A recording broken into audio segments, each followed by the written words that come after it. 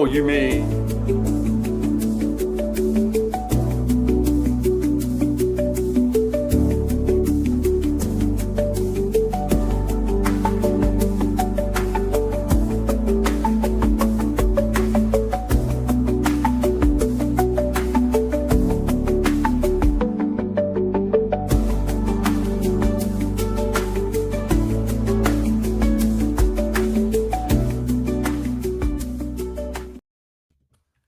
Episode 67, College Baseball Selection Monday, the road to Omaha.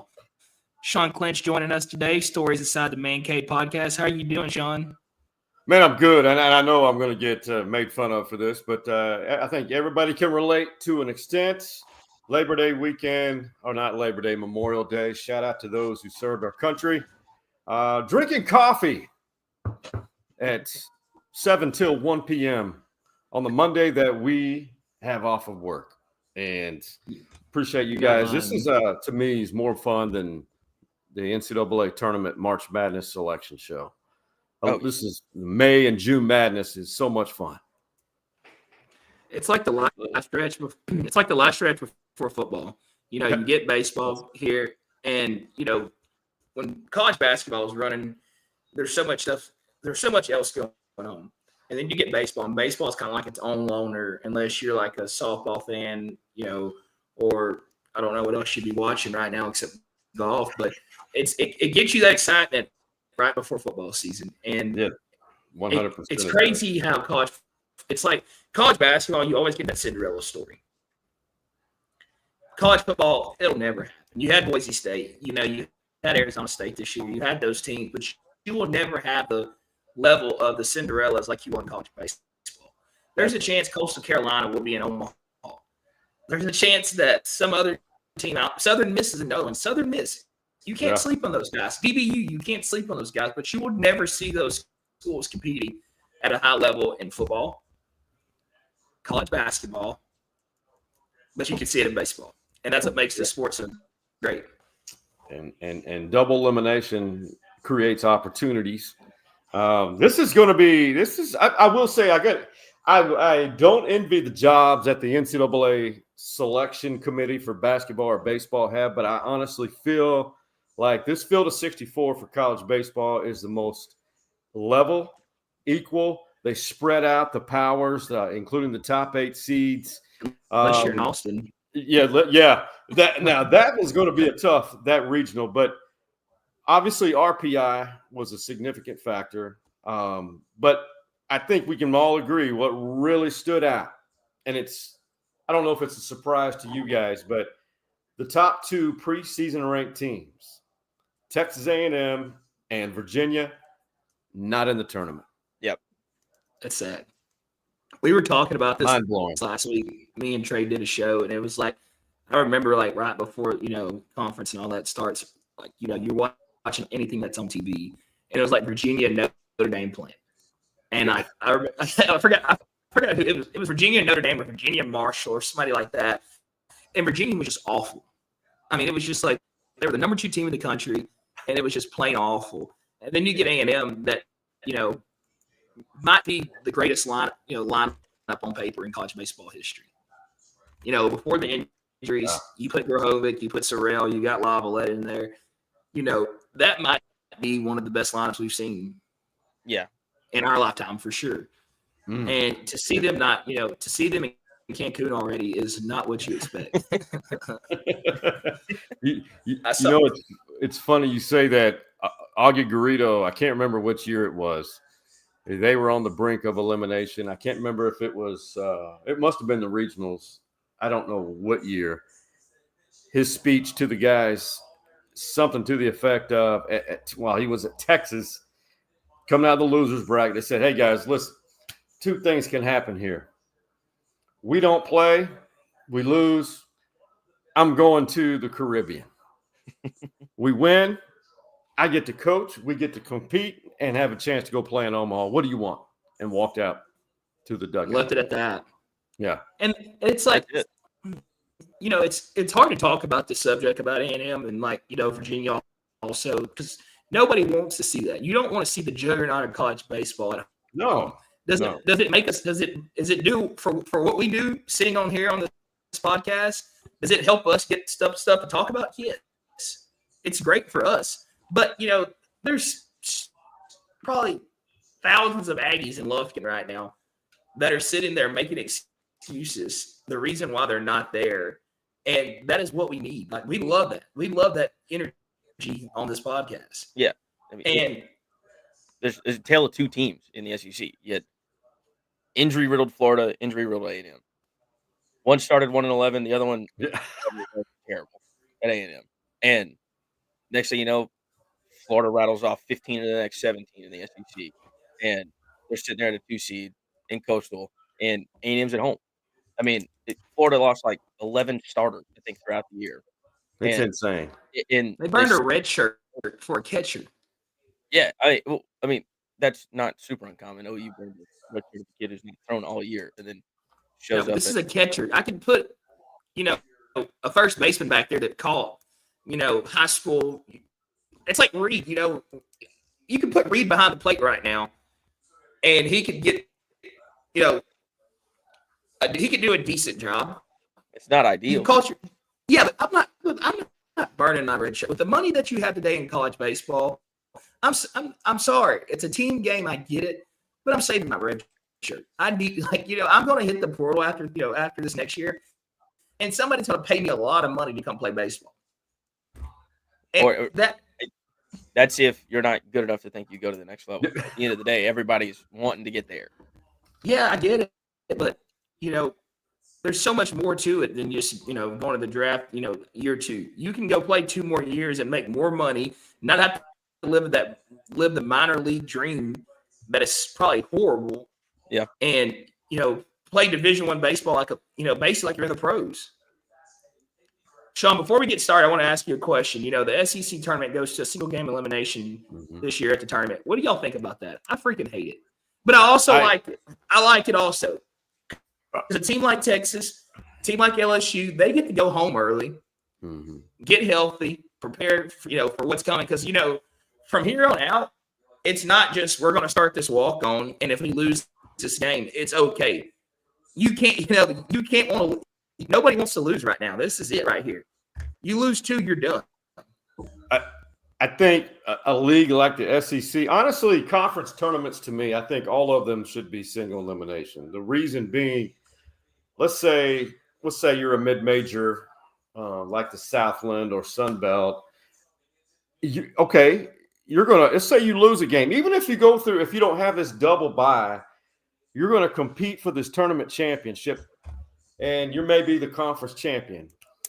Well, by the time, and you may lose one of the first championship games, but you're going to tax your arms. The SEC gets it because they know 70% of their members are going. Why tax arms and risk injury? I think all conferences should say, you know what, let's make it all single elimination.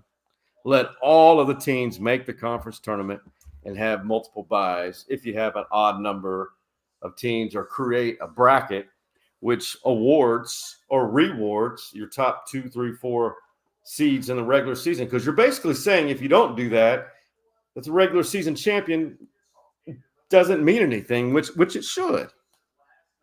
Well, I tell you this much: the guy in the left corner is going to argue that because Texas won the SEC, and some agree with it, some don't. But to me, I mean, you won the regular season championship. I'm not saying that. I'm saying from watching them, nothing really stands out or as impressive as what Texas did to win the SEC. What do you mean? When you look at them, and then you look at the results, it doesn't make sense. And it's probably just because Schlossnagle's a wizard. Wieners, got the whatever power. And you lose your Friday wiener power. They figured out how to win. And so you lose your Friday night guy, you lose the best hit, you lose the best bat in your lineup, you lose your second baseman that's on, he's DHing, but he's still hurt. You put a kid at second base that, has played, short, third, outfield majority of his career, and making that transition to the right side of the field is a big difference. You got to think a double play ball. You got to think all those things. And then you bounce, Texas, one thing Texas did, is it getting better? A little bit. A little bit. We're talking about something that's out of our control, and that's the choppy audio. That's I didn't know Let's if see. that was coming through on my end or what. Let's I see. didn't- It started happening when you put the headphones on, but either way, you talk about those 1,000 excuses that A&M had. I mean, it sounds like a lot of excuses on why Texas isn't as impressive when you're watching them now. But I'm just saying. No, I get when you lose your top pitcher, it's anyone who knows baseball, I don't care how talented those 2 and 3 or 4 and your relievers, putting someone else in that number one role, that's hard. yes, it absolutely is. Very hard. And Dylan Valantes, he'll be a starter one day. I mean, you're having to bring him in sooner, perhaps, just to manage arms for future games and tournament play. Yeah. Max Grubbs and him are going to get so much more work now because you don't have that guy on the front end that's going to sit there and give you a quality start 9 times out of 10 in Jared Spencer. And so it definitely taxes the arms like we talked about earlier. But I mean, and you could say this also, Spencer. He was not ideal, which what we thought we were going to be getting these before he got hurt. He did get back. He got hit up quite a bit before he got hurt. But the thing was, if we could get him maybe 5-6 innings out of him, we could bring somebody else in just to hold it. And the bats were so hot then that we had a lead that it didn't really matter. And then you knew game 2 and game 3 that our arms, you could trust in those guys. Those are Saturday guys. And that's what, really stood out for the Texas lineup. No, and then you mentioned it, Max Ballou, he makes his return. And from that, he missed 26 games due to I think it was a wrist injury in the outfield. And he comes back storybook-wise and hits a home run. But press reset for everybody. And if you go to their regional, I know they're filled. It's filled with 2 mid-majors, Houston Christian, which is a much better program. I don't know why without Lance Bertman as the head coach. That's wild to me. That blows my mind. Kansas State, Pete Hughes, he's done a great job after leaving Oklahoma to Kansas State. And I can't say enough about the 40-plus win program that UTSA is it in Hallmark, what he's done with that program. Yeah. The UTSA legit could leave this regional with a win. I mean, win the regional. Yeah, I mean, absolutely. I think, Houston Christian, great story. Glad they're in the tournament. How long has Bergman been gone? Has it been 2 years or is this the first year? Is this 2? I think it may. I think it's been. I think this is 2. It's been 2. Yeah, but which is just a wild thing. Some people just don't get coaching. Maybe that's it. But he was a heck of a player. But UTSA has been a great story. Kansas State, the turnaround that Houston Christian coach has made was bought out. Great. I think they're bought out by another entity or something, and that gave them resources financially. From Houston Baptist to Houston Christian, that's right. Yeah, I'm not 100%.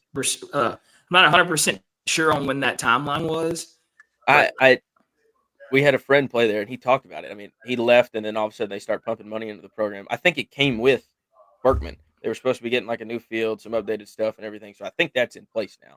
And whether this coach just knows how to take advantage of it, where I don't know. Yeah, I don't know what's wrong with just sit behind you and say, "Hey, try this. Hey, try that," rather than maybe data points and whatnot. But they definitely made a turnaround. But I think if Texas is somewhat Texas, they should handle that region. They should get out of it. Yeah. Of course, they get the number 2 overall seed, and they'll play if the winner of the UCLA, their 15 seed, the UCLA. And I think that UCLA region, honestly, may be the toughest. Yeah, one of them. UCLA, Fresno State, Arizona State. I think I fixed it. Are we better? What'd you do? What did you do? I pressed a button. There we go. When in doubt, press buttons till it works. I can hear y'all a lot better now. Also, I don't know what happened, but does it sound better? There's a little bit of popping, but not as bad as it was. Yeah. I don't know. But that UC Irvine, Arizona State game is going to be good. Yeah. But I think UCLA's got their hands full with that regional. Gee, that's mind blowing. I mean, and then I'm looking at this on Coastal Carolina, great. They're playing at Conway. That is going to We be. can go up and down 116 to. We already did 215. I mean, one Vanderbilt. So let's talk about the number 1 seed. Do you think Let's do Texas it. ever had a shot at getting it after losing that, or was it just kind of? Yes, I think Vanderbilt. After winning the SEC tournament and having the run they've had the past few weeks, no doubt they deserve it. The run they've had the second half of the season has been. Yeah. Their bats have turned on. Insane. The arms were there. The back end of that bullpen's elite. And I remember listening to SEC Unfiltered a couple weeks ago. I was headed to work and they were talking about like the bats in the lineup, and I think that like their 4-hole hitters are true freshmen, and they were saying when you have a true freshman hitting in your 4-hole, that just shows you what kind of power you actually have and don't have. And you look at Georgia, you look at those teams; those guys are hitting the baseball, and I know a lot of people are high on Georgia. I don't know what it is. I think that the SEC can go anyway. And with Vanderbilt, winning the SEC tournament, that shows you that, Vanderbilt's hot. Ole Miss got hot. Florida got hot. I hate to see Mississippi State get bounced, but they were getting hot. There's, it's just that second half. They got bounced in the tournament. Oh, sorry. I thought we were talking about them. Yeah, they got bounced in the tournament. Yeah. So 13.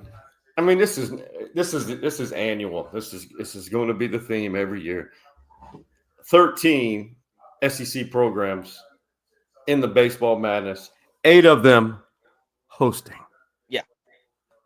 Only 1 Texas program hosting, and that's in Austin. There's 6 out of the top 8 seeds, 7 out of the top 10 seeds. I mean, it's the premier baseball program. I mean, conference in the country. It's hard to argue. I mean, last year we had 4-4. The ACC kind of had a off year with, I say off year. The cream of the crop is still UNC, Florida State. It always has been there. Duke floundered. Miami somehow got in. I don't know how that worked. 7 out of their 8. They're in that Southern Miss regional, which is going to be. I mean, it's going to be Southern Miss in Alabama. That's Miami a doesn't zoo. really hit me. Columbia is an Ivy League school that's probably pretty feisty on a Friday, but I don't know about anything else. That's a good point. They're always good on Fridays. Yeah. And so, what's that? I think there's a guy in the Ivy League that leads the nation in ERA.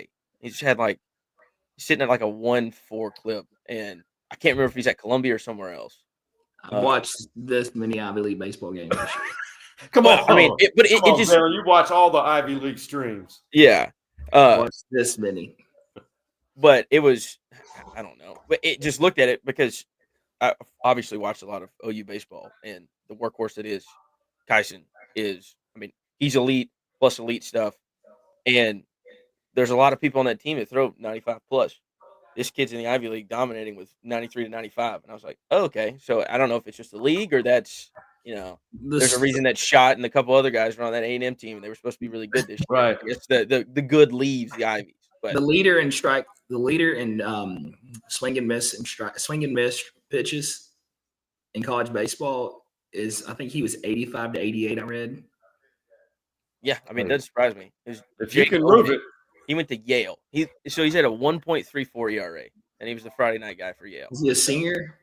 Not sure, but he's getting a great education. Just doesn't get to play in the postseason.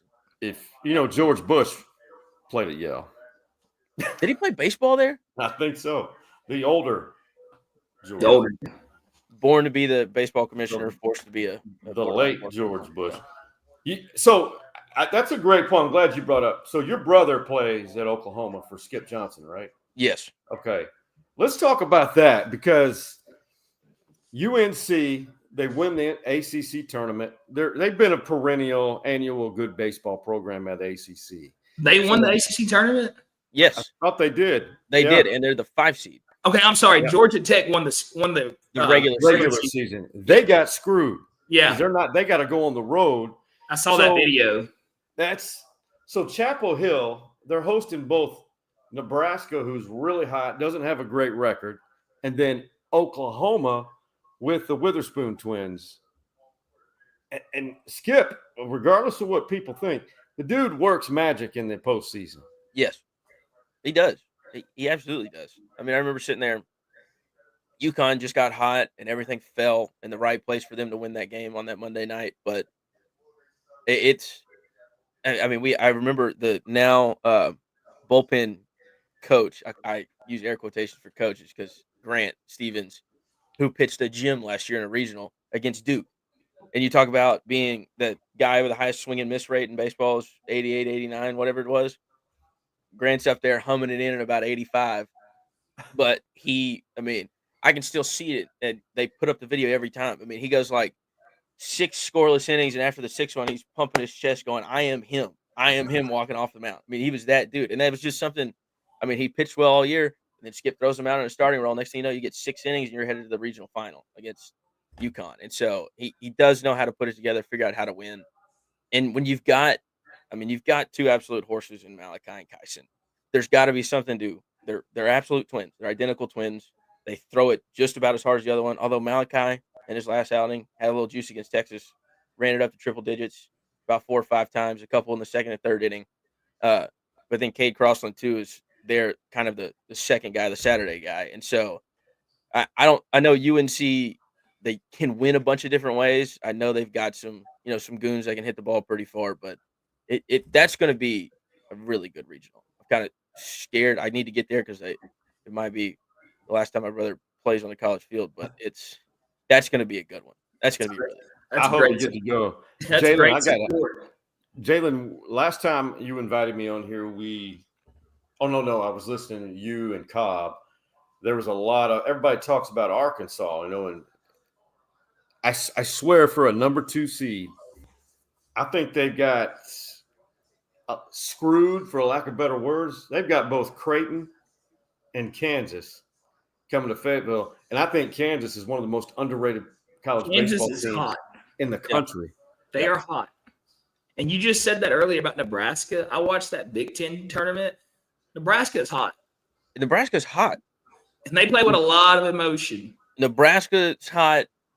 UNC probably playing with a chip because, I think winning the ACC tournament like that, what they did against Florida State, who was, I think that was like a 3-4 matchup when they played at the end of the regular season. Maybe it was an RPI thing. I haven't looked at where they fall in that.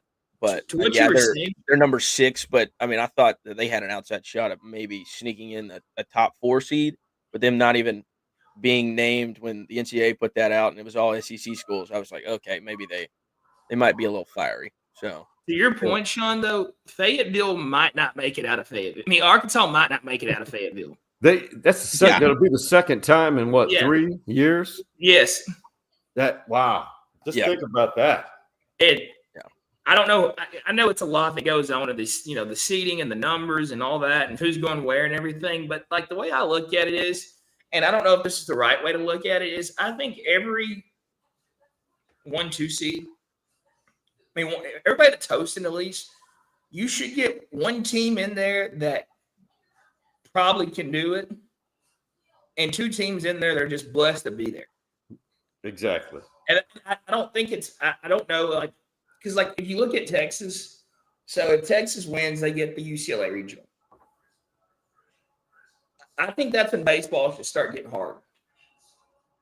In my opinion. Because if you look at LSU, what's LSU?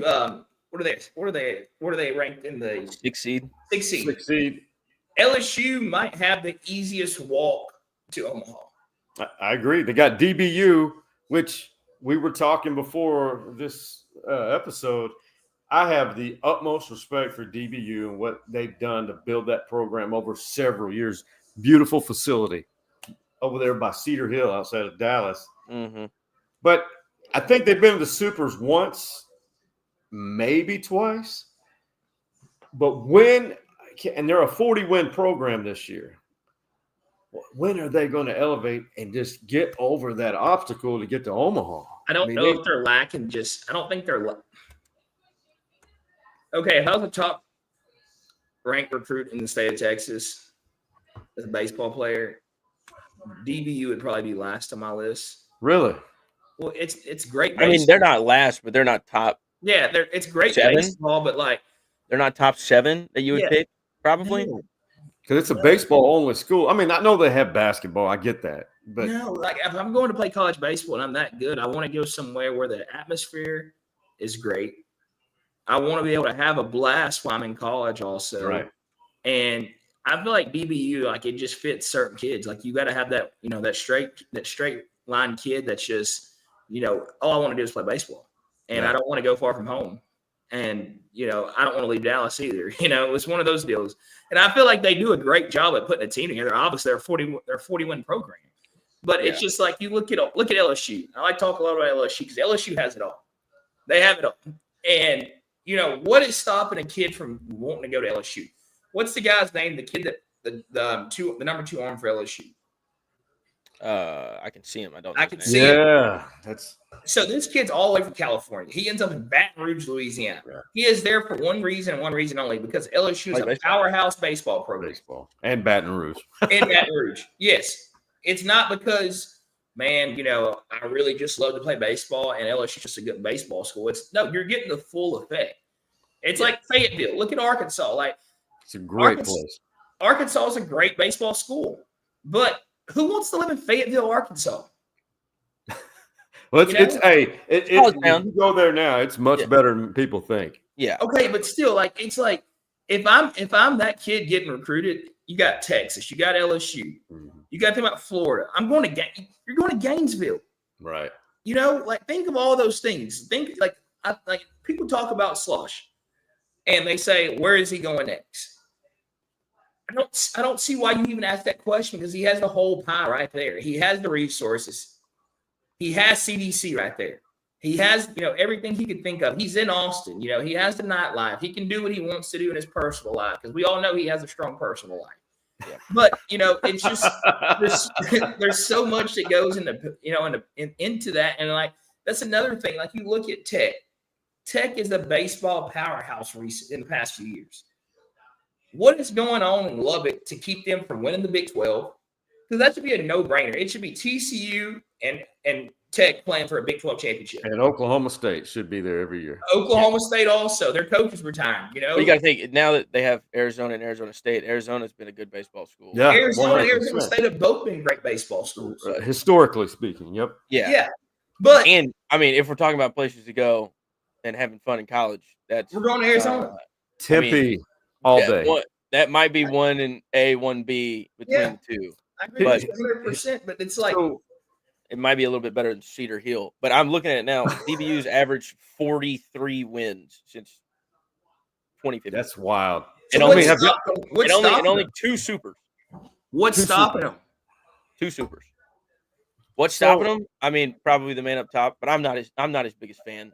Yeah. But that goes back to Reed playing with his son, and it was he wasn't very fun to be around. But other than that, I don't know. Their DBU is really old this year. I mean, they've got the program leader in home runs as a catcher. They've got a senior out of Canada that rakes. They're old, so that usually lends yourself to be pretty good in the postseason. It just is. They don't let the moment get too big. But like you said, I mean, they're not. When you're why they're probably because they don't have football and everything else, but they're going to be good. I wouldn't chalk it up as that's the easiest regional, but it's definitely not the hardest, I would say, by far. Yeah. We're going next. So you mentioned the kids. There's kids. Here's what, and someone who's listening, I didn't do my homework on this, but this is a trend I've noticed over the last 4, maybe 5 years, and maybe longer. So you've got Oregon State as the 8th seed. They're a national power. They've won multiple national championships. They've done a hell of a job this year because they did a great job as an independent. They played 18 games at home and they won 42 of them. So it's unreal. So I don't know what word to use except migration of West Coast talent going to the SEC and even as far as the ACC, because ACC has places like SMU doesn't have baseball. But my whole point is that's right. SMU doesn't play baseball. Yeah, they haven't played baseball since the early 80s. Isn't that wild? DBU's so good. Why? I think there was a rumor going around that some boosters were getting behind it. I throwing a bunch of money at the program to get baseball back now that They should. That would be a great place to, I could see, a young coach going there, Max Winkner or somebody, and it would be easy to recruit there. Yeah. You just take them down, walk through campus. Yeah. I'll commit. Literally. I'll commit. But my point is how they're able to, because both Oregon and Oregon State have great programs. Yeah. And Oregon's a fraud. You think so? Yes. I mean, they've got the resources. They are a fraud. But you look at UCLA. I know USC's in it this year as an at-large. Oregon State's a fraud too. No. So I'm going to take TCU to come out of that regional, and I'm not being a Texas homer. No. I think Sarloos and TCU. No, I agree with you. And this is one thing I want to throw out. If you look at the map of teams that are hosting, there's like everybody over here, and then there's just two over here, and it's like, what is going on the West Coast? It's because there's, and that's what I think the downfall of like a USC that used to be really good, and for whatever reason, I that's probably why, UCLA's come back this year. They've kind of fallen from the national stage as far as baseball goes, but like UC Irvine's good. Cal State Fullerton had those runs. Those kids that aren't Long Beach Volley. They're not, those top 100 recruits that are headed south and headed to the SEC that hang around, develop, and the next thing you know, they're 3 years in, and they've got 4 or 5 other guys that are 3 years into the program that are bought in, and now they're at their full potential, and they're South Carolina. I mean, Southern California baseball is ridiculous. I mean, it is a hotbed for great baseball. I mean, you go back from like, what is it, like Jack Flaherty and whatever those guys. I mean, like 2 ace arms in the MLB at the high school at the same time. I remember playing in a golf tournament in San Diego and was talking to a guy. He was talking about his son playing baseball. He was a sophomore at the time. He was the only kid on the starting 9 that played that didn't have a Division I offer yet, only because he couldn't have one because he's a sophomore. Like that is it. The hotbed of talent that is Southern California is so good, and why you've got a school like USC with all the resources that barely make it into this tournament, but you've got a UC Irvine that was a borderline almost top 16 seed. They didn't do great in their tournament, and then UCLA that's somehow brought it back. I mean, just schools that have to buy in. The talent's there. It's probably not hard to keep it at home. Yeah, it's probably not hard to keep it at home because look, hey, you want to live in LA or do you want to go live in Fayetteville? It's probably pretty easy. It's probably pretty easy when it comes down to that. So, I mean, why they're not that good and why everybody's migrated. I mean, you had Volantis, for instance. I mean, he's at Florida. That's a good one. I overlooked him. He should have been at USC. He should have gone. I mean, he could have gone anywhere in California. He was committed to another school in California. It was a smaller. We might not say a smaller school. I can't think of the name. They were talking about it when he came in to pitch against Tennessee. But Tommy Farmer. That's another one. Here's what I think it is. I don't like. I know the Jackie Robinson story behind and at their stadium at UCLA. You have Rod Dato, the winningest. He won so many national championships at USC. It's so and I think they won a College World Series back when LSU had the gorilla ball, but they've been off and on. But I don't think the investment is there for those like Cal, and even Stanford has fallen. Stanford has been good forever. Yeah, they were super hyped this year because I remember I can't remember the kid's name, but he was the all-time home runs leader in Japan's high school. So he played in a Little League World Series for Japan, I believe. Yeah, and then I forgot what happened. He was getting ready to sign a deal. He was going to play in Japan. They were going to pay him all this money to play in Japan, and he came and visited Stanford, and he fell in love with it. Mary, all that, whatever. But he's like built in a lab like Judge. Like he's huge. I mean, he's not huge. He's huge. Like, he's a big kid. And but he swings the bat so hard. Oh yeah. And he's like consistent. He's not just hitting for power. Fastball counts or whatever. Have y'all ever watched that documentary on Japan's basically national high school baseball tournament? Mm-hmm. You see the videos come out every year.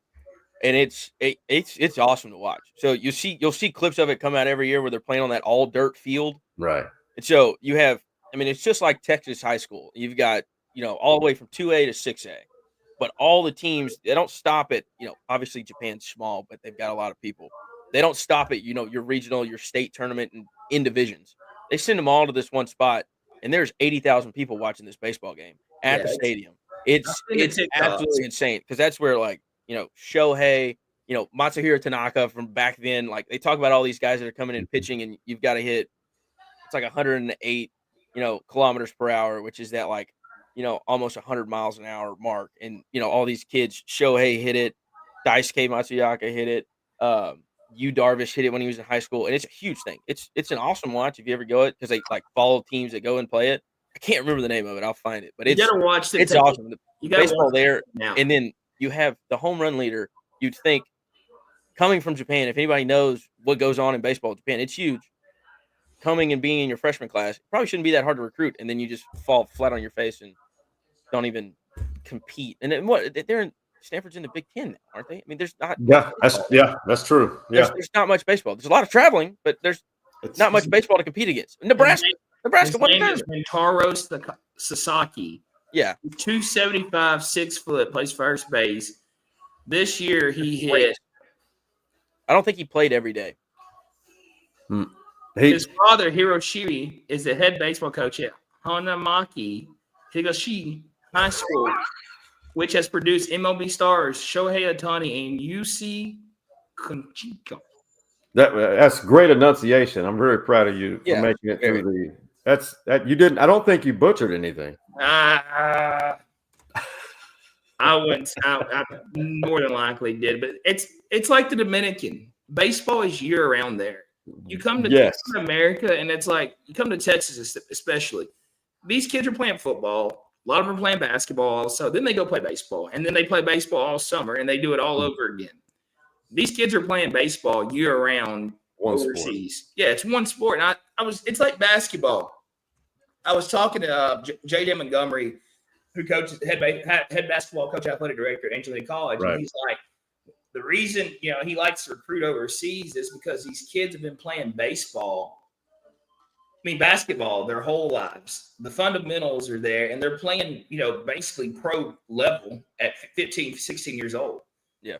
He's like, their game is just way above. And, the game of baseball has changed so much.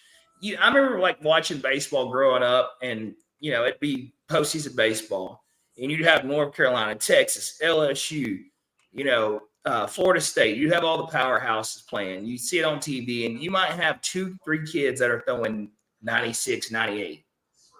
And nowadays, I was listening to something yesterday, actually. It's like 98, 99, whatever, used to be rare. It's normal. Absolutely. It's normal now. And they were talking about the machines that kids are hitting off now. You have machines that can give you that slider. It can give you the changer. It can give you all those crazy pitches. It can give you the 98 miles per hour fastball. And it's like those guys back then didn't have that. No. Well, the bats have changed and the balls have changed too. Yes. They have. Which home runs are up across the board, I think, this year. I know it was last year, but I don't know about that. That may be to what Jalen, his point. It's just the hitters have improved. Not so much strength, but repetition and the technology. Exactly. And it's all, I mean, when you look at it, and Jalen talked about it, you've got, your Friday guy might be 90, 95, somewhere in there. Your Saturday guy, 90, 95, maybe, if you got two good arms. Saturday comes around, you probably got a guy that's spinning a bunch of junk, throwing it 90, 92. But with the technology that's come around, and I've talked about it, my cousin's married to a guy that trains at Tread, which is like a super popular, basically super analytical based. They talk about spin axes, induced vertical break, RPMs, all this stuff that goes in. The technology that we have now you've been able to basically optimize your body and your capabilities to throw it the hardest, the best, the spinniest, the fastest, whatever you want to do. And that's there. And they can teach you how to do that. And now these college campuses have all that technology. Like, I mean, Wake Forest and Arkansas, they had that surgence right there, probably the early, 2010 to 2017 range, because they were the first people to kind of adopt that, build these pitching labs, hitting Right. labs, all this stuff, Right. and base it all on analytics. And so when you have that, and then you've got the whole science about it, and you have the resources of, a strength and conditioning coach that his main job is to put 20 pounds on you and make you as strong as you can in these certain aspects. What happened to your brother? You're going to have all these kids that are going to be able to run it up to 95. That's why you have more TJ. What happened to Reed? That's a whole separate conversation. Did Reed get 20 pounds? Well, for whatever reason, when you look at the jerseys, he's the only one you can see their belly. But that's neither here nor there. But like and so like that's what I mean. You look, I'm looking at past championships right here. 2008, I think, was probably what other than Coastal Carolina in 2016, which was an awesome run. Fresno State was 08, right? Fresno State's 08, Cal State Fullerton in 04, Rice in 03. There was a separation right there starting in the 2010s. And Coastal just had the absolute Cinderella story. You had a bunch of seniors on the team. You had Gary Gilmore just basically rallying the troops, and they could do no wrong. I mean, Coastal Carolina played an awesome postseason, and they were a great team. But other than that, I mean, you're cream of the crops there, and you can see where the West Coast teams kind of fall off. And it's been, since 2016, there hasn't been any other team other than the SEC that's won. Nice. That's well, we're also seeing NIL. I think NIL is a detriment to those mid majors that have those guys, bring them up in programs 3-4 years down the road. You're sitting there because, I mean, I saw something, I think it was like the best player on Wright State or whatever, hit like 350 this year. And their conference tournament's not even done. And he announces, I'm going to the transfer portal. Well, what was it, 2 years ago? Or was it last year when LSU? No, 2 years ago. God, what's his name? Pitcher for Air Force, transferred to LSU. Now Skeens. Yeah. LSU built the best portal team I've ever seen. Well, you had Tommy Tanks, the kid from NC State, come over, play third base. You had Paul Skeens on the mound. I mean, that team was dangerous. That LSU team was really good. I thought Florida had it, but I mean, it was run rule, both ways. LSU run ruled the first game, which they might not have run rules in Omaha, but it was like a 19-6 game. And then Florida run rules them in the second one. It was like 15-4. And then the third game was another blowout in LSU's favor. Yeah. And so that was a weird one. But I mean, it's college baseball and the technology they have. You can get insane every ounce out of these kids.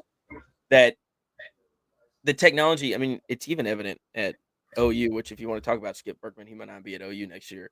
All the technology that these big schools have the buy-in at your Arkansas, your Vanderbilts, your, NC States, not really NC State, UNC, and Florida State. If you don't have that, you're so far behind the 8 ball. You just really kind of got to find a groove and just have. If you have a 9-year-old kid out there that wants to be, mid 80s by 10, just call Trey. He knows all about this, sport technology of the arm and everything now. So he's looking to work. Talk about the Kids Pro Nation, his Soup Nation. We can talk about his, whether his vertical axis is working on his fastball or not. I mean, we've got it all. We've got it all. But it's crazy, the technology now. It is. It's very crazy, and I think it's doing nothing but getting better. Yeah. And if you have these programs, like look at South Carolina. Who would have ever thought that South Carolina baseball would have did what they did? It's just like I remember, South Carolina was a powerhouse for at least 2 years. For a while. Back to back, what? 06, 07? Those Cox Jackie Bradley years. Those Cox were hot. Those Cox were, man, they were throbbing. Yeah. They had. Shawn, what regional you got up next for us? Huh? Well, I'm sorry. What regional you got up next for us? Man, before I get to that, I want to talk about, not everybody. I know everyone gets a trophy nowadays in this society, but I think we had the bubble here. I want to look at these mid-majors. I definitely want your opinions on these. So I saw UT Rio Grande Valley twice this year. They're good. And down in Edinburgh, they were drawing 5,000 and 6,000 people for home games. Okay. And they came to Austin. They played a couple good innings. And, Rylan Galvan's little brother plays for them. It's a Lufty kid out there also. Man, I know the Southland's a good league as far as a mid-major. It's not great, but it's good. Yeah, it's had New Orleans. Yeah, they're good. Yeah. They didn't get in. And I want to say they had 40 wins, I think. They lost in their tournament. Yeah. And that really killed them. And Southeast Louisiana, also from that same league, Southland, they didn't get in. Nope. I mean, okay, so I would stop you. Did y'all see the athletic director today talking? Yes. At Southeast Louisiana is on the selection committee, right? Yeah, well, he's the president of the selection committee. That's why they had him on. And so, I mean, maybe it's just kudos to him, but I think it's kind of how their RPI failed, and if they won, obviously they'd be. I want to ask y'all something though. Would y'all be interested? I was listening to I want to say it was SEC Unfiltered. It might have been D1 baseball. I don't want to give the credit where it needs to go though. Would you be okay with seeing an extra week of baseball, and you take a team like Texas A&M? They're right there on that bubble. The tournament gets them in. They really don't need to be in. They shouldn't be on that bubble, but we're not going to talk about that. But would you be okay with seeing them go play a UT Rio Grande Valley in a 3-game series early this week? Just for a chance to get in a regional. Like a play-in. Like basically how the basketball tournament lays out? Yes. Would y'all be as okay? a random 3 seed somewhere? Why not? Why not? Okay, so what do you tell? Okay, so say they play today, Tuesday, Wednesday. Okay, that regional kicks off Thursday or Friday night. Thursday, yeah. Okay, Thursday night. So they got to get to that regional. They have to throw both their, all three of their Friday, Saturday, Sunday guys to get here. So they go a bullpen game. Somehow they pull it off. I would be for one game. One game. A one-game play-in. That's what I would do. 8 teams. You're talking about 2 extra teams for each regional to earn the 3 seed. Yes. I would be okay with a one game. But you may have guidelines. All right. Pitcher can only pitch 4 innings. Like a starter. Yeah. I know we're talking something that probably will never happen. No. But if basketball's doing it and CFP's doing it. Yep. Why not baseball? Why not? And, okay, if you take a team like A&M and you put them in the SEC tournament and they win, would they win 2 games? Mm-hmm. So to them, they're thinking, well, if we could, beat Mississippi State, we beat Auburn, which I didn't think they had a chance to beat Auburn, but I did say if they beat Mississippi State and they got a chance to play, they get to play Auburn, they were going to, find a way to beat Auburn because that's the Aggie way, and it gives you that satisfaction knowing that my season did not come to an end just because of a tournament. No, I agree. I mean, let me tell you, if A&M does not lose that Missouri series, if they don't get swept in that Missouri series, we're not having this conversation. Well, their RPI took so much of a hit. Yeah. We're not having this conversation, though. No. They can go to Hoover and not win one game, and they still have a chance to play in a regional. There's a lot that goes into that. I can pull on just bias, recollection, because if Oklahoma doesn't get swept by Kentucky, they're still there in the RPI, and if they have probably a similar showing, they're a borderline hosting team in the top 16. But they get swept by Kentucky. It can't happen. A&M wins 1 from Kentucky and 1 from Missouri, lose the series, but still take a game from each. There's a great chance of a much better situation. Yeah, I mean, they were. I'm looking at the RPI here. I mean, A&M's at 50. Yeah, they're at 50. Southeastern that we talked about is at 53 at the end of the season. UConn, who they kind of made a big deal out of missing it, is at 40. That's the one that doesn't make sense.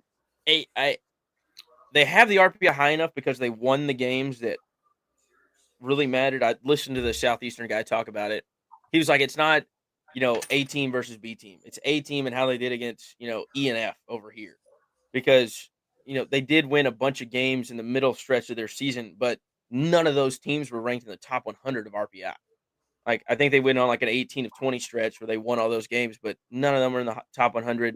Good They point. did take a series against somebody. I think they beat like UNC or something, like something good.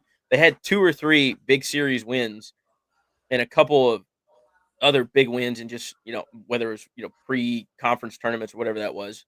But you just can't, when you're comparing apples to apples, it's not, this apple versus this apple. It's how did this apple do against these apples and this apple compared to these apples over here.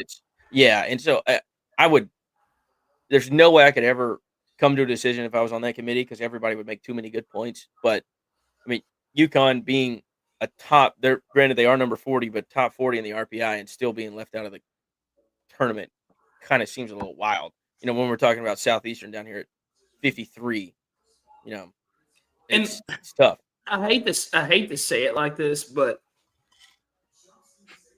you put Southeastern in a regional, okay?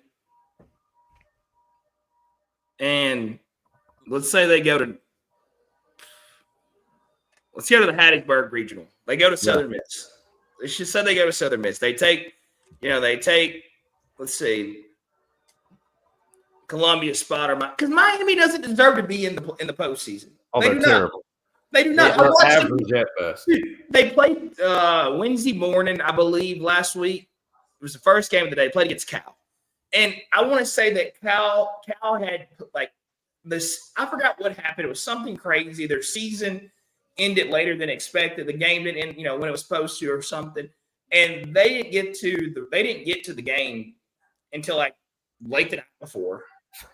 They were like didn't get to practice. They were beat to death. And they come out and they beat. I think they ruled Miami.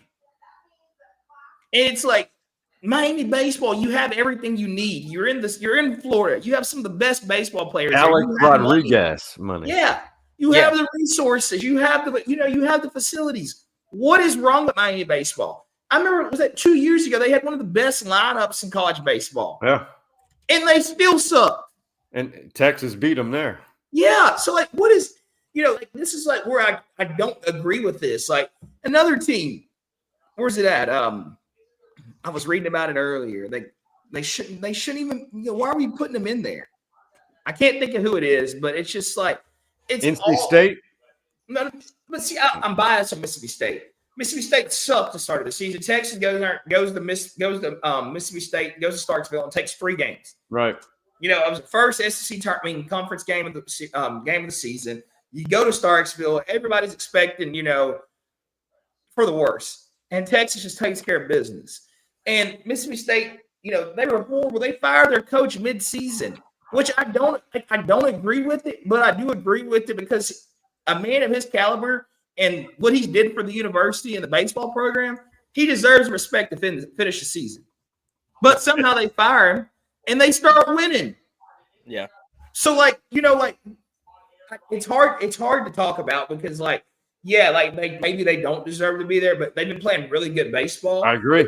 But if you say the same thing, and I hate to keep saying this name, I've received so many text messages saying, "Can you please stop talking about us and all this?" Talk about A&M. What they did, they turned their season around. They did, and in the best league. Yeah, they might have gotten swept by Missouri, which nobody ever would have thought would have happened. But it's just you're like a team like A&M does not. I'm not going to say they don't deserve to be at home, but you hate to see them at home because of what they bring to the table. That game versus LSU, even though everybody's saying that Texas and Tennessee probably was the best game of the tournament, that LSU A&M game was. It was a great game. It was elite. That's another thing. When you look, Mississippi State's in Tallahassee. At some point, FSU needs to start playing like FSU. I know they're the 9th seed, and if they win, they're more than likely going to go to Nashville. Oh, no, not Nashville. Auburn or UNC. Yeah. Correct? Yeah. Yes. But you still got to give credit to Mississippi State because they're hot right now. Yep. And they won those games. And they're a postseason baseball team. Yes, they're seasoned. But if you said Oregon's a fraud at the 12 seed, and we've already talked about Arizona now being a Big 12 program with history. Here's one program, mid-major, Cal Poly. Yes. It would not surprise me if they're in the supers. No, at all. not at all. Let me tell you something. TCU and Cal Poly will both walk out of those regionals. You think great opportunity? You think there's? I mean, so I don't know if Cal Poly you put in the same realm as like Evansville last year. No, yeah. So who? I mean, do you think there's a spot like the people I would put in like the Evansville would be like a Holy Cross or like a Rhode Island or maybe a Creighton, even though I know they're good, or like a Central. I think it's Central Connecticut. I mean, is there any chance for any of those schools to maybe make a run, or like a Bethlehem Cook or Bethlehem? How do you say it? Bethlehem Cookman? Cookman, yeah. HBCU. Yeah, they hit a walk off against Florida A&M, I believe. Yeah, to get to where they are. So like, I don't know. Like, man, the way I look at a regional, the way it works is okay. I got to win 3 games, okay, to get out of there. Technically. Okay. So let's just say Texas, because that's who I've been paying attention to the most. So Texas is going to get game 1. You're going to be looking at Texas versus Houston Christian. Okay. If I can go out there and throw a walk-on against Tennessee and get 4.5 innings against Tennessee's lineup that is hot as hell now. So that's what makes that's what makes the regional so good. I know, but do you pitch off the first day? Because really what matters, if you win your first 2 games, you're sitting pretty. It doesn't work like that for everybody, though. That's what OU said last year, though. Yeah, it doesn't work like that for everybody. Because I'm going to tell you right now, if you look at that UCLA regional, if UCLA goes out there against Fresno State and tries to have a bullpen day, and Fresno State, being the team they've been in the past, finds a way to come ready to swing the bat, UCLA might find themselves in trouble because they got to play the winner of UC Irvine and Arizona State if they lose that game. Yeah, that's how it works. But I'm just saying, though, you can't take that. No. If you lose, you drop to the losers bracket. Losers play losers. That's what I'm saying. They'll play the winner of the UC Irvine Arizona State game. No. They'll play the loser of that game. That's the loser. That's what I meant. Yeah. So I get what you're saying there, though. But everybody can't take their first game of the regional like some teams can, because there's a chance you don't make it out of that game. Here's a good example, and I still talk about this. Is a long time ago. This is when. So 1989, I know that's a long time ago. A&M had perhaps the best assembled team, one of the 3 best teams I have ever seen in person. Who? Ever. Knobloch, pitching. It had so many guys who ended up on starting rosters in MLB quickly. Yeah. I mean, they lost single digit. Their loss total was single digits. They hosted LSU. A&M goes 2-0. LSU got out of the losers bracket, beat A&M twice, and one of the best teams in college baseball history does not go to Omaha. And that's before the super regional. That's when they had 8 6-team regionals. Yep. Double elimination. So the reason why I bring that up, because do you gamble and have a bullpen game against a team that that's inferior to you? Can you say that anymore? Can you say in baseball? And that's because on the flip side, that 4 seed that's playing the 1 seed in whatever regional they're in, they got a lot more on their shoulder. They've got their guy. They got a tip. They've got their guy up there, and he's gonna, in some of these situations, you hope he stands on his head like a goalie in the playoffs and gives you 7. Gives you 6, whatever it is, and you piece it together from there. But that is the gamble, and that's what makes it so much fun. And I think it's better than March Madness. But I mean, I've always been the thought of, hey, you win 3 games in a row, you're done, you're over with. Yeah. So why mess with it? Sit it out there, play it like a weekend series, and you want to sweep. Get out there, get it done, and you're moving on to the Supers. And then it is another 3-game series. So that's why I mean, what worst case scenario in a regional, you can play like 5 games if you lose one, and then or I don't know how. I think it's 4 games, however it breaks down. But at that point, it gives everybody a. But like, look at Ole Miss. How do you like Georgia Tech coming to Ole Miss? Like That's scary. Yeah, make like. How do you like? How Georgia Tech should be hosting. How is Georgia Tech not hosting? We win the ACC. You're in the last year of your head coach. Yeah, just won the regular season title. Western Kentucky is going to get mollywopped, and that Ole Miss game, the next game, is going to be so good. It's going to be pay-per-view TV borderline. What did Ole Miss do to turn their season around? I don't know. Started hitting the ball. Yeah. Well, that's a big. Their top end of their bullpen and their top end arms on the weekend. Hunter Elliott's finally back healthy after 2 years. He's elite. I mean, he was a part of that national championship team in 22, and so they know how to win. Shout out Will Furnace out of NAC. He's coming around playing big first base. I mean, I've watched that. I think it was maybe they were playing Vanderbilt. Dude, it doesn't feel like they have a 2-strike approach. I mean, they're going to hit the ball as hard as they possibly can in any count, at any time, anywhere. And they have. That's just what's clicked. I mean, they are mashing. Right? Reminds me of somebody in Austin, the Horns. Which one? I said the Horns. Oh, the Horns. So here's one. I want to say it was 03 or 04. Texas had to go to Oxford at Swayze Field for the Supers to get to Omaha.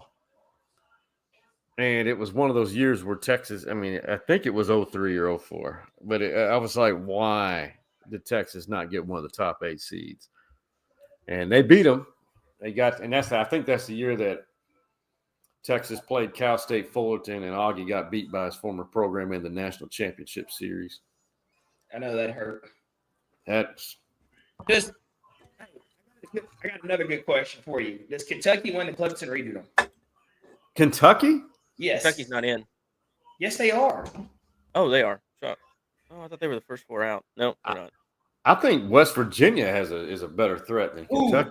Yeah, absolutely. West Virginia. West Virginia's been hot, but they've been they didn't have a good showing in the Big 12 tournament, but they were losing before the Big 12 tournament because they were on fire. Because I put them in my top 5 at one point in time, and they just found a way to. I don't know what happened, but you can say what you want to say about Kentucky.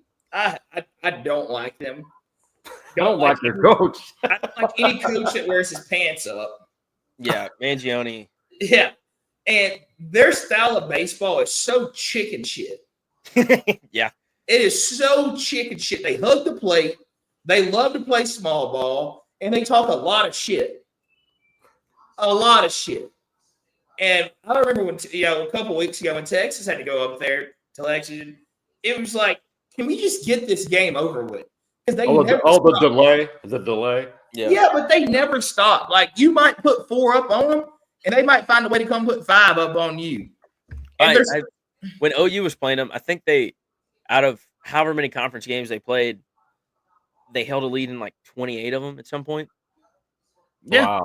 Wow. It's some outrageous number. At some point, they were leading in those games. And so I don't know if it's a bullpen thing. I don't know if it's because of their style of baseball. They can't just tack on a bunch of runs. No, but their pitching does not even one, value. comes in 2, comes in maybe 3 in a big inning. And so, like, they are a team that takes what they can get. As far as baseball, but I don't know. They take what they can get, and they do it very well. If they, dude, I forgot. It wasn't the Texas game. I forgot who they were playing. It's like the bottom of the 8th. Runner on second, 2 outs. They still third. Breaking ball down low. They still third. It's like I think it was like a 2-2 count, something like that. and they bunt they sacrifice the bunt. I mean, you can't sacrifice. You got 2 outs, but they bunt the ball down the the first baseline, and he beats it out, and they score the run to take the lead. And everybody's just sitting there like, who in the hell? Why would you do that in that moment? But I think we forget, Kentucky was in Omaha last year. Yes. They were a 45-win team last year. Something crazy. I think were they the 1 or 2 national seed? That's what I'm trying to remember. They had a former Longhorn playing at second base. They had a former UIW shortstop. Incarnate Word, all right. Yeah. So here's who we're not talking about. The defending national champions. Tennessee, because nobody cares. Nobody cares. Tony, look, I'm all in on Tony B. I think he's a great coach. I love the swag. I love how he carries himself. He has that I don't give a shit mentality. Yep. But the thing that bothers me about Tennessee is they have been shaky too much, and they have not been able to come out of it sometimes. Texas. Down the stretch has been shaky, yes. But no, because they got hot again, and then they just go cold. But when they go cold, they go real cold. And it's like Texas. Texas was hot as can be. You go cold, and then you just find a way to start squeaking out games. But the thing with Tennessee is you throw Liam Doyle against Texas, and Texas probably does not have the best lineup in college baseball. Nowhere near. But they find a way to do what they need to do. And lose? Huh? And lose? Well, like that game, Tennessee had a lot to play for. They wanted to host. You got a lot to play for. But the thing with Tennessee is, to me, it's one-sided just narrative coming from you. We just know that. I mean, okay, the thing with Tennessee is with me is you need a wife over here. Schloss is, gotten a little excited. No, I'm just got some DNA over there. Yeah.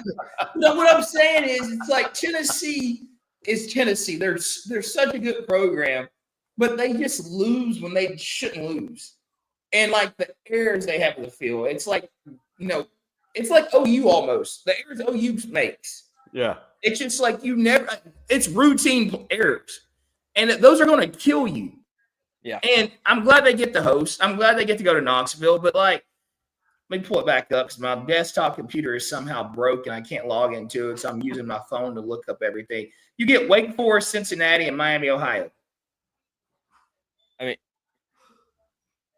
Tennessee drops the series at Arkansas, drops the series at Vanderbilt, drops the series at Auburn, and drops the series at LSU coming down the stretch, and Kentucky. Kentucky's the bad one. That started the whole stretch. But, other than Kentucky, you've got 1, 2, 3, 4 top 8 seeds that you drop the series to. But still, it doesn't matter. It doesn't that's matter. Not a range. You have the bullpen that they so-called have.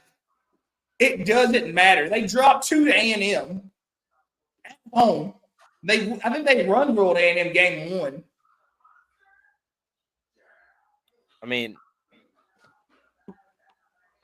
I don't know. I would say. I'm telling you, I would say they did fine. They obviously struggled down the stretch. They were hot early. Whether they need to figure that out or not, or whether they just played the better teams late in the schedule, the same argument could be made for Texas. You played all your hard teams at home. And if you look at the RPI rankings, if you win at home, you're going to be ranked high in the RPI. Looking at it, Vanderbilt at home, 28-5, they're number 1. Georgia at home. But, don't get me started on Georgia. Georgia's 29-4 at home. Auburn's 25-6 at home. Texas is 26-5 at home. Georgia's 10-10 on the road, and they're the number 2 RPI seed. So you can't. It's hard. It might just be my hate towards Tennessee. It might just be my hate towards Tennessee the way I say those. The reason I say those things, but I'm not big on Tennessee. I just can't get big on them. I can't get big on a lot of teams. I can't get big on Arkansas. Why?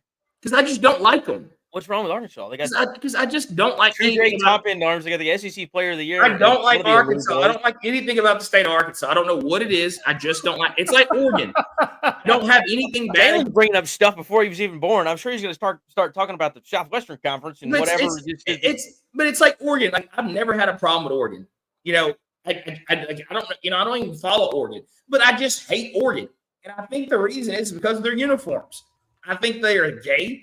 I hate the uniforms. I think everybody is just so big on these uniforms, and I can't get behind it. And I don't know what it is. I just can't get behind it. And I will never support them. I don't care who they're playing. I just don't like Oregon. I don't like Tennessee. I don't like Arkansas.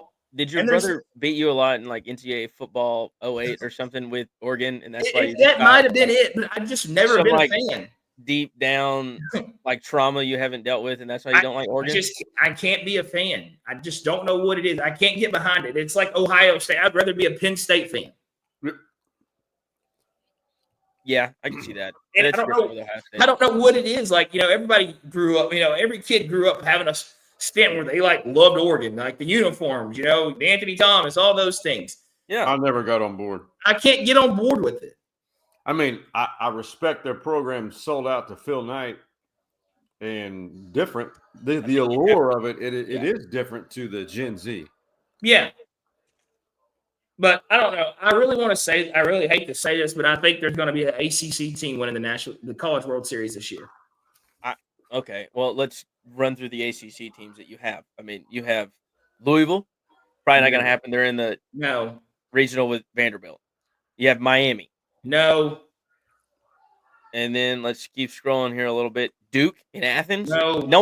Georgia is so good at home because left field's at 310 feet, right field's at 309, and they're just a bunch of goons that hit the ball hard and wear their jerseys unbuttoned to their belly button. Sorry, I went to that series and talked a lot of shit.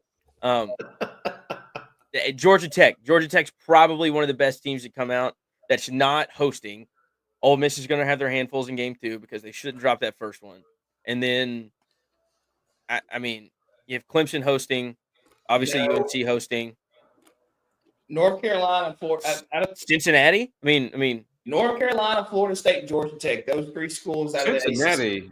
They what I don't know what the stat is, but they steal a lot of bases. I haven't watched Cincinnati baseball. They have to play. I thought this was against the rules, but they play Wake Forest in their first game. Cincinnati does? Cincinnati does. They're in the Knoxville Regional. They play Wake Forest. So it's ACC versus Big 12, right? Big 12, yeah. Cincinnati's Big 12. That's my. I forget. I mean, I thought they were Big 10. Well, they should be. They should be. Yeah. And let's be honest, West Virginia doesn't. So Notre Dame, they play an ACC baseball schedule, right? Yep. Or is it a Big 10 schedule? Well, wait. It's a Big 10 schedule. I never thought about that. Who does? Yeah. I don't know what league they play in for baseball. It's a Big 10 schedule. How about Oregon State schedule? It's straight up independent. I don't know. I can't agree with it. I can't agree with it. Like, dude, it's like what Slosh said about the SEC. If you can win the SEC regular season tournament championship, it's almost more impressive than winning a championship, a trophy at Omaha. Oh, I agree. Because it never stops. The SEC never stops. Are you trying to give Schlossnagle his flowers before he even has to throw a pitch or has his team throw a pitch in the regional? No, what I'm saying is the SEC, because I think what just came out of your mouth. We're talking about teams that play independent. We're talking about teams that are independent, like Notre Dame. They go to the Big 10. Oregon State. They play in the. Oregon State's a true independent. They didn't have any. They had to set up their own schedule this year. Yeah, so that should have made it so good. Yeah, but it's just like, what makes it fair? Because I'm sure if I put Missouri in the, Big 10, they find a way to win 10 plus games. Probably. I mean, do y'all think Oregon State should have been that 8 seed, or did you think? Man, Coastal Carolina should have. I just think you need to give you got to reward somebody who plays a league schedule. Like, but then would you put in FSU? Would you flip flop, or because you don't want Ole Miss? RPI wise, Oregon State was at 7, Coastal was at 8, Clemson was the 9. But I'll just read this to you. So this is obviously Oregon State is the independent. They've had to have an independent schedule. They played 19 home games out of 53. They were 17-2 at home. Okay? I'm looking at that right now. They played 14 neutral site games and 20 road games. They were 13-7 in road games. Higher than them, the only ones that are better. North Carolina was 12-6. Texas at 11-5. But I mean, everybody's around 500, close to them or around them on an RPI schedule, other than Florida State. They swept Irvine. Who 3 out of those losses came against Florida, but no one's counting. Yeah, I mean, they played a super hard schedule. I mean, they had 19 home games. Texas had 31. Every year. 31 at the Dish compared to 19. Join a conference. At the Boss Stadium. Join a conference. Their conference left them. What were they supposed to do? Figure it out like everybody else did. They should have. Hey, that Pac-12 ordeal. Pac-12 should never went away. That's their leadership fault. They did not have the foresight to get ahead of it. Yeah. I don't know. Did RGV get left out? Yes. Yeah. Damn. They were good. They were good. Shout out Hank. Yeah, that's how I was telling Shawn. There's a Lufkin kid on that roster. Man, they are. I was telling Jalen, man, their home crowds, they were drawing 5,000 and 6,000. What did you see? Like their concession stand lineup? What was in it? Oh my God, it looked amazing. Hold on. That's a good recruiting tool. Oh, absolutely. Me and Jalen obviously get pretty excited for concessions, but like they're as soon as we get done with this, I'm about to go stuff my face. I'm starving. You're going back to Taco Bell with a laxative. No, I won't be doing that. You know what's they crazy? Had like dollar taco night, dollar beer night. I mean, they had a bunch of stuff going. I need to find the post. I could have got in on both of those. We could have, because you got to think you're in the valley. It's going to be good. So yeah, some Dahlia's tamales. Yeah, the number 2 best college food in Texas. That's behind. I mean, it was just voted on. I mean, they were. It was. You needed to be at the game because 1, it was cheap and it was good, and 2, you got to watch a good baseball team. Good baseball. Cool. Yeah. Shawn, are you going to the Texas Regional? Am I going? Yes. I'm not going until Saturday and Sunday. Friday, it should be the opposite because I got something to go to at 5 p.m. on Saturday. Texas probably plays the day game on Friday for some reason. I don't know that for sure. Well, I'm not 100% sure yet, but there's a good chance I probably will be headed to Austin. Well, let's link up. Yeah, let's definitely link up. I'm not 100% sure. I got to see how the week plays out with today being a holiday. But there's a good chance I will be headed to Austin. I don't know though because I really don't want to. Let me check my portal and see if the tickets are on sale. Now, I don't buy season tickets for baseball, just football. They're not on sale yet. Yeah. Or I don't get, maybe they don't give me the right to buy tickets. Yeah, I don't even have a link to even buy them yet. I guarantee what's going to happen is we need to text JT. Yeah. Oh yeah, Jeff Todd. I guarantee they're going to say, "Well, you didn't donate enough." Dude, I donate a blanket and a couple of oil changes. That's pretty much it. It's not enough. Is there anything else we missed we need to talk about? HEB Berry Nutty Mix, severely underrated. Let's see. I don't know, man. I'm trying to. Nobody. I think this season is. You talked about A&M not being the juggernaut that we all thought they were. Mm-hmm. It's pretty wide open.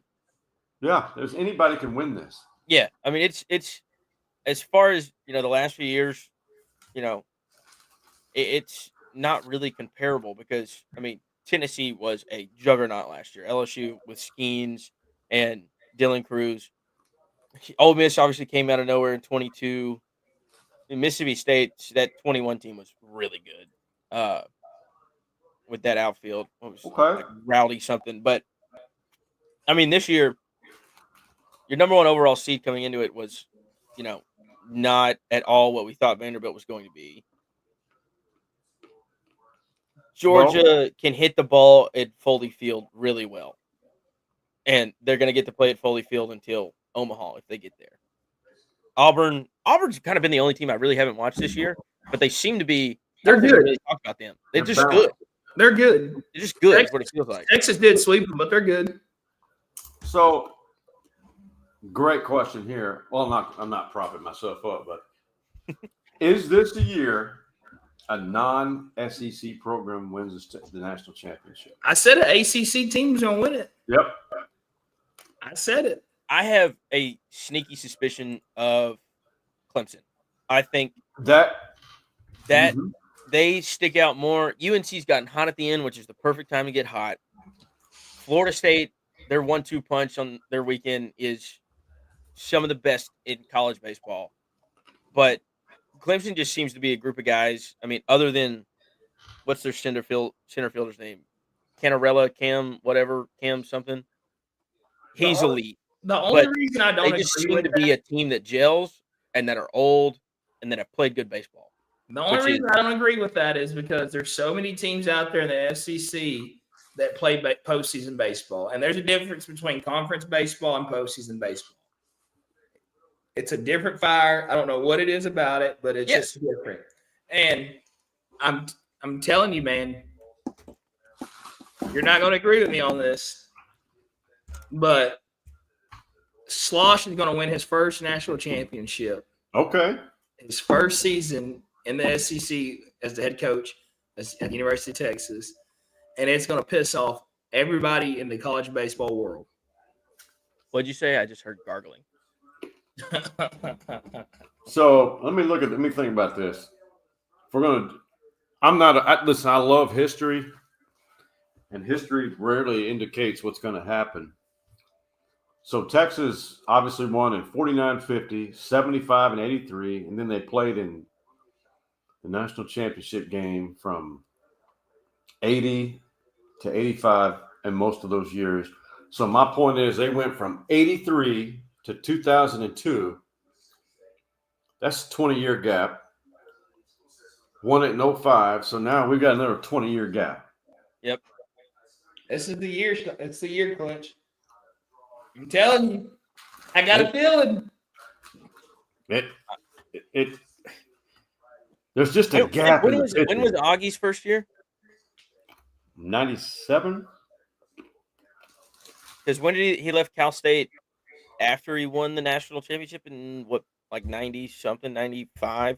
95, 96, but it maybe it was 98. I can't remember. 97. Because they were thinking about firing him. Well, the fans. And then he said, hey, hold up. The cavalry is coming. And then they went to Omaha in 2000. I don't know, man. College, it's just so unpredictable. It is. It's not like basketball. It's not like football. You really never know. Well, and I think with when they started the super regionals, I think it's harder to get to Omaha. Yeah. Yeah. I mean, no, it is. This is fun, man. Here's my thing. For those of you who have never been to a college baseball game or taken it in, do yourself a favor. And I know there's only one site in Texas, but if you're out traveling in the month of June, go to places like Fayetteville, Baton Rouge. Could you imagine what Baton Rouge is going to be like?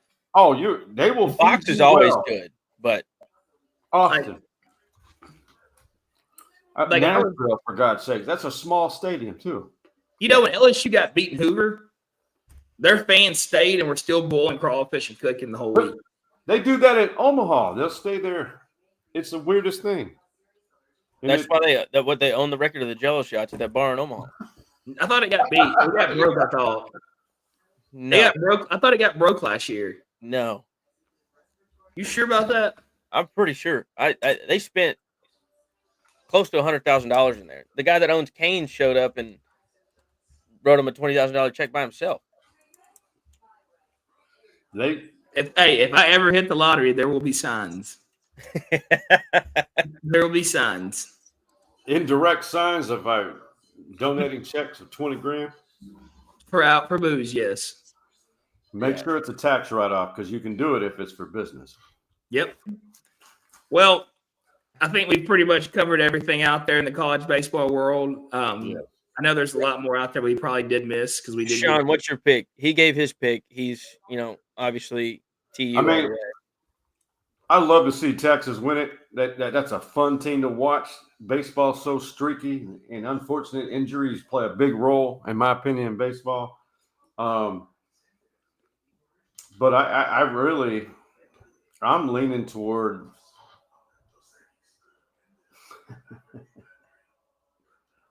I don't know, man. I'm leaning toward Florida State. If Texas doesn't win it, there's only one other team that can do it. Arkansas, Vandy.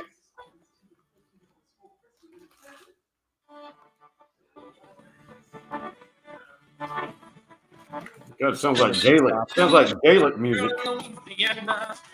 You think LSU? What is that? That's Colin Baton Rouge. Oh, Garth Brooks. Yeah. I think the Tigers get it done. The Tigers. Them Tigers. I don't know what it is about them. And I'm still big on the ACC. I'm not going against my words. I'm still big on the ACC. But I do like Clemson, though. I will say that. The road to Omaha for LSU is, we might not even have to see Cade Anderson do much. He'll get his time. He's going to have to pitch a gym against Clemson in that super. But. Did you see the video of him when he recorded the strikeout in the SEC tournament? And he looked at the dugout and he said, "Take your beat, beat, beat, beat, beat." And they had you could pick it up from the mic, and he didn't stop cussing until he got to the dugout. Absolutely. And I'm like, love it. Did y'all see? Oh, hold on. I forgot to ask y'all about this. Did y'all see the Samford game? No. So there's a kid from, I think it was Samford and Mercury. Oh, where the other team walked off the field? No, yeah, but so what happened was there was a black kid from Samford. Apparently, he'd been getting a bunch of racist, comments from the dugout on the field. So this kid gets up there and he hits an absolute moonshot. And he goes to first base, beep you. He gets to second base, beep, beep you. Oh, yeah. He gets to shortstop, beep, beep you. Then he gets to third base and he beep, beeps you. Then he gets to the dugout and he lets them have it. And, I mean, he throws his helmet. He's doing all that. He's doing the Thor, all that, and he's celebrating. And the coaches are fired up. Well, the other team wasn't so happy. Yeah. Their coach pulls him off the field. One of the moms of the kids from Mercury, she's on top of the dugout standing, going nuts. They eject her, so they resume play. And I don't know what the play was. It might have been a bunt. Might have been, I don't know what it was. Ground ball hit the third. Kid on third dives back at the bag. Third baseman goes to make a tag, tags him out. And when he goes to get up, he just shoves him, puts all his weight on him, and gets up. And it got hectic. And everybody's saying, what should their conference do? Yada, yada, yada, this, and that. And a lot of people are going to disagree with me on this. But if a kid hits a home run in that big of a moment of a game, let them celebrate. Celebrate your ass off. I hate all these unwritten rules of baseball. I love baseball, but I hate the rules and the way you're supposed to carry yourself. If you strike out a kid in a big moment, you celebrate your ass off. You look back at that dugout and you let them know how you feel. There was a quote from it. I'm reading about it. It said the kid was talking so much shit it would make Kevin Garnett blush. So he had him a time rounding the bases. Oh, he did. He let everybody have it. Yeah. But like, I'm all in for it. If my kid gets strikes out somebody in a big moment, big game like that, and the coach tells him to calm it down, no, shut up. Yeah. Like, let these kids have fun. You're taking the fun away from what it's supposed to be. But expect to possibly be beamed next at bat. So yes, that's the one thing that hasn't happened. You've got all these guys talking shit, jerseys unbuttoned, whatever. But the second the first kid escalates it, everybody gets their warnings, and the next kid to react gets tossed. So that puts your team in jeopardy. You can't do that yet because there is no form of retaliation that doesn't hurt your team. If you're sitting there, because I've seen it and I've had conversations with the kids. Granted, it's just been from one school because that's the only place I know the kids. They talk some trash, but the second there's a spot to retaliate, it's going to put your team behind the 8 ball because you're going to lose somebody on the mound. You're going to lose somebody here, and it doesn't allow for that. So you've got to – there wouldn't be this much shit talking and wouldn't be this over-brandish, all this kind of stuff if you could retaliate.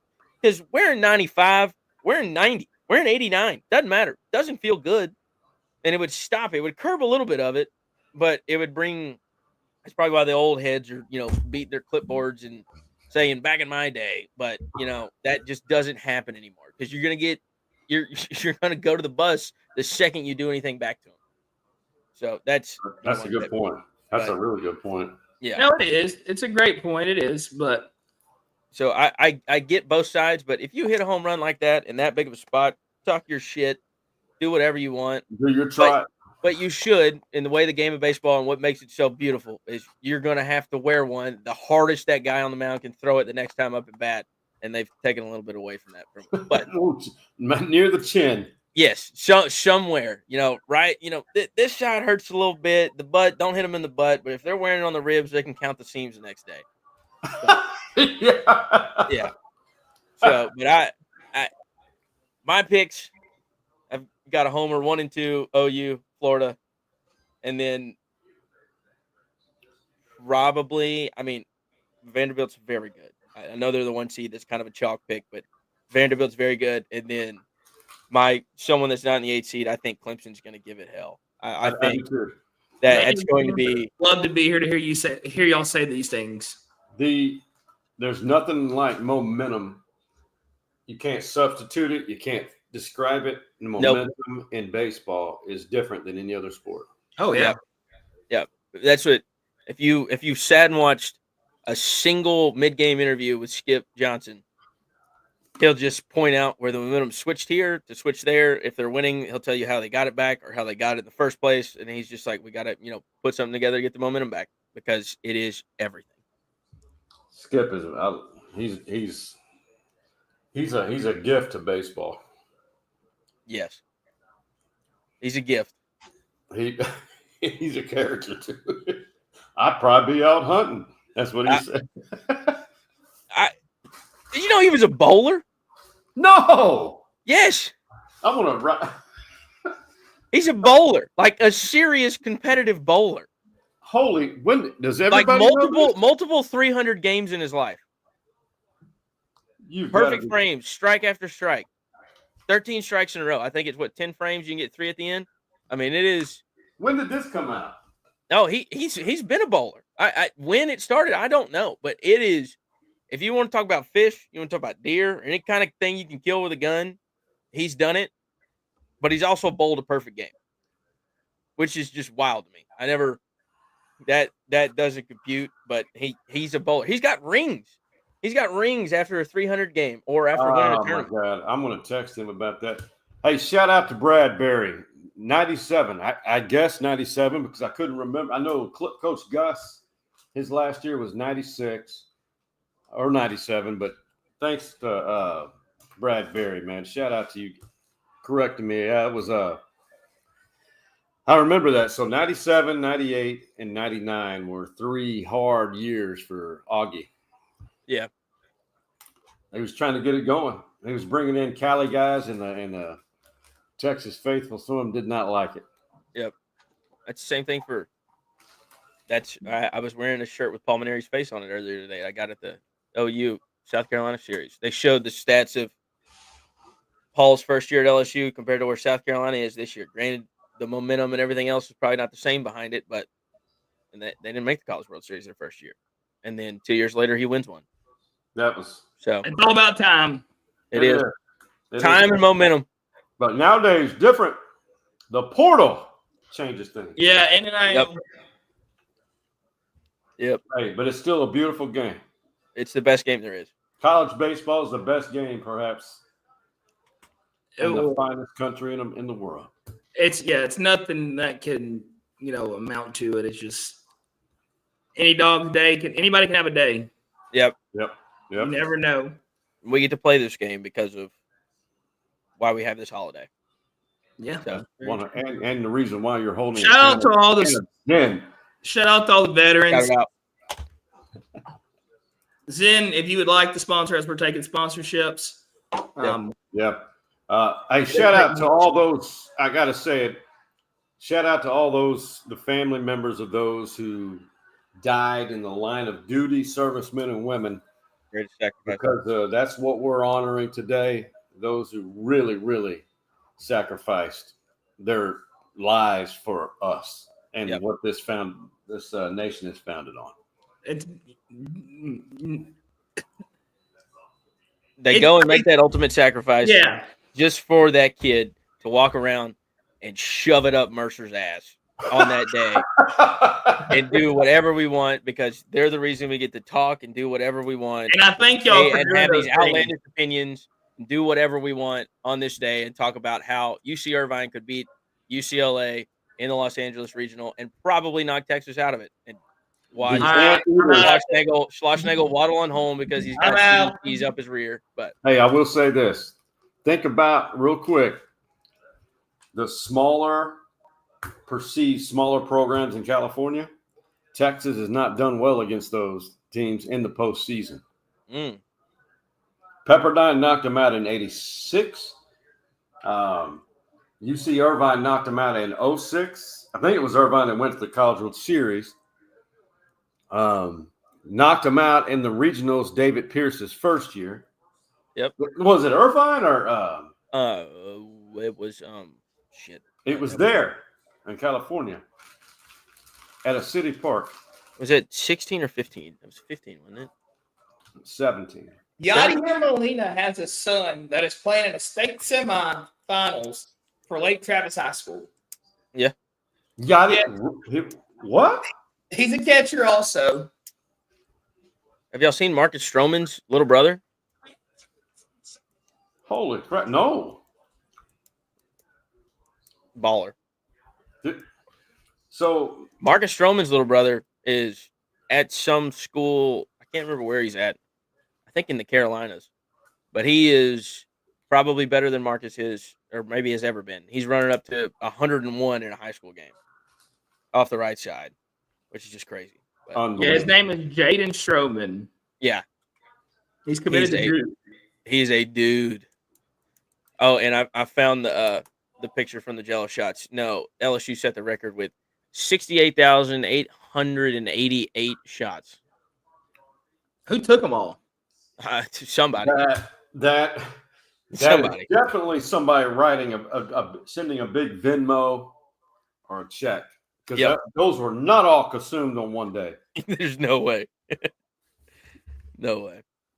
But well, Shawn, thank you guys for coming on. Thank you, boys. Talking some baseball. Shout out to Stories Inside the Mancave, Shawn Clynch and his guys. Y'all go give them a follow. Check those guys out. They do a great job covering all sports.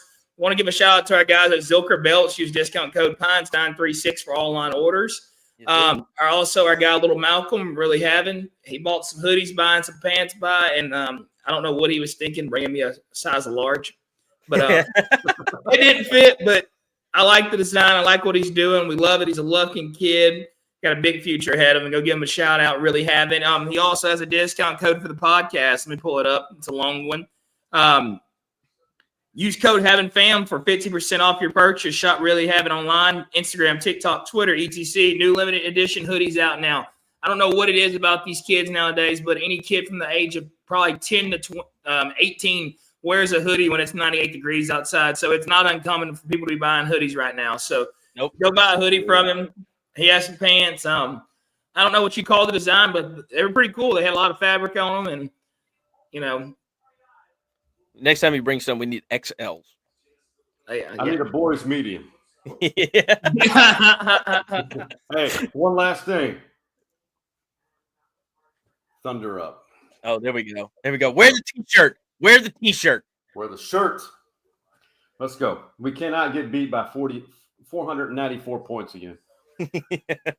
I do not know one thing about basketball, but I do know this: LeBron is better than Michael Jordan. There we go. What a way to end it. Wow. I'm not going to say anything. Clynch, your era, the age group that you were raised around and born around. What are y'all like 40s, 50s now, 60s? Yeah, we're old.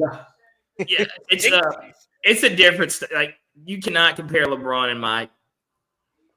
It's just it can't happen. They were great for their eras. Just leave it at that. Let's say that. Drop. I may get to Austin this week. I will definitely holler at you. We'll get together. I will, and I just got the email. I can buy tickets tomorrow. Well, I will text you tomorrow and let you know if I'm coming or not. Let me hold on. Let me let you know what time it says. God bless.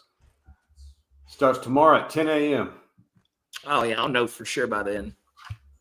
So if I do it, I'll have to buy all sessions. That's fine. Yeah.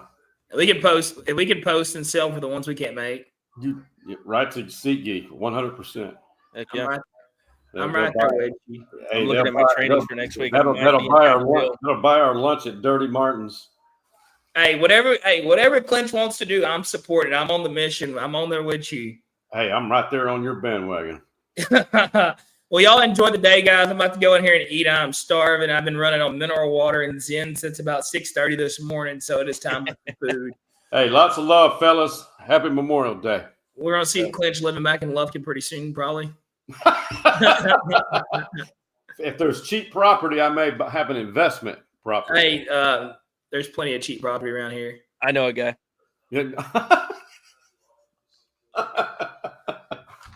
Thank y'all for watching the show today. Like, subscribe, follow Live from the Pines. Inside the Man Cave, my guy Shawn Lynch, go follow us. That's all we need is follows, likes, subscribes. We need a lot of them, so do it for us. We need it. We depend on you guys to make it happen. Thank you guys for watching today.